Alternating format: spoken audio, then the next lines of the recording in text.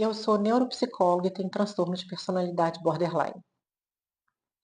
Desde 2002, quando eu entrei na faculdade, eu entrei no processo psicoterapêutico e comecei a fazer psicanálise, um acompanhamento, né, com um psicólogo especialista em psicanálise.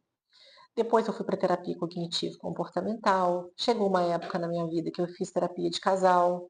Depois eu continuei com a terapia cognitiva, né, de forma individual, e foram aí muitos anos de terapia. Hoje a gente está em 2026, tem 24 anos que eu faço terapia. E eu tive o meu diagnóstico de transtorno de personalidade borderline de forma tardia.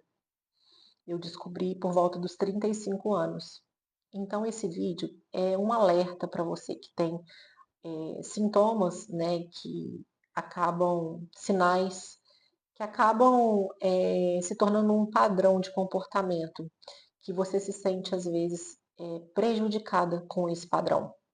Então, às vezes a gente comete os mesmos erros, as mesmas falhas, e vive naquele looping ali, né, de estar sempre fazendo a mesma coisa, muitas vezes a gente se arrepende, muitas vezes a gente não sabe como lidar, né, e a gente faz a terapia.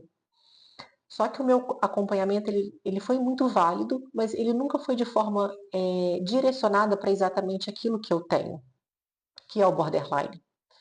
Então, o meu alerta é para que você, se você tem um padrão de comportamento que ele te incomoda de alguma forma, que ele te leva sempre a fazer as mesmas coisas, repetir as mesmas atitudes, as mesmas sensações, as mesmas emoções, né?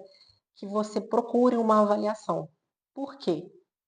Se eu tivesse feito uma avaliação lá no início, quando, né, eu comecei a faculdade, talvez eu tivesse levado a minha vida de uma forma mais leve. Isso não significa que foi ruim ter descoberto aos 35 anos. Hoje eu tenho 42, né? E muita coisa mudou na minha vida durante esses 7 anos que eu já descobri o transtorno, fiz tratamento. Hoje eu sou uma outra pessoa. Então, a minha dica aqui é para que você busque de fato uma avaliação para você se entender, para você entender seu funcionamento, entender se você tem algum diagnóstico, que diagnóstico é esse, né? Como é o seu funcionamento. E aí, o neuropsicólogo te passar orientações específicas para o seu tratamento. De fato, às vezes você precisa de um acompanhamento psicológico, um acompanhamento psiquiátrico, mas aí você tem uma direção. Você sabe quais são as áreas específicas da sua vida que precisam de atenção, né? Porque uma boa avaliação, ela não te dá só um diagnóstico, ela te dá uma direção para o tratamento. Então, durante essa trajetória aí da minha vida fazendo psicoterapia, eu não tive um profissional que me solicitasse, né, uma avaliação. E nunca foi comentado comigo que eu pudesse ter esse diagnóstico, né?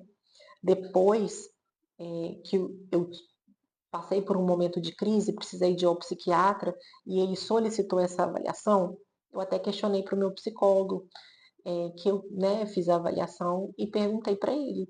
É, eu fiz a avaliação e deu transtorno de personalidade borderline. Você chegou a perceber em algum momento, né, que foram muitos anos. E ele falou assim, eu percebi sim que você tinha alguns traços de borderline. Às vezes, se ele tivesse me falado antes, né, muita coisa poderia ter sido evitada. Então, fica aqui o meu alerta para você, né, que é profissional, psicólogo, psiquiatra. Se o seu paciente ele tem um padrão de comportamento persistente, solicita uma avaliação. Essa avaliação pode ajudar muito no direcionamento do tratamento, no autoconhecimento do paciente, né? E se você que me acompanha aqui, você tem sinais, né, de um padrão de comportamento que vem se repetindo ao longo do tempo, que vem te trazendo prejuízo, né, você pode solicitar diretamente o neuropsicólogo para fazer uma avaliação. E aí depois ele te direciona também para um tratamento específico para o seu caso, tá? Um beijo no coração de vocês.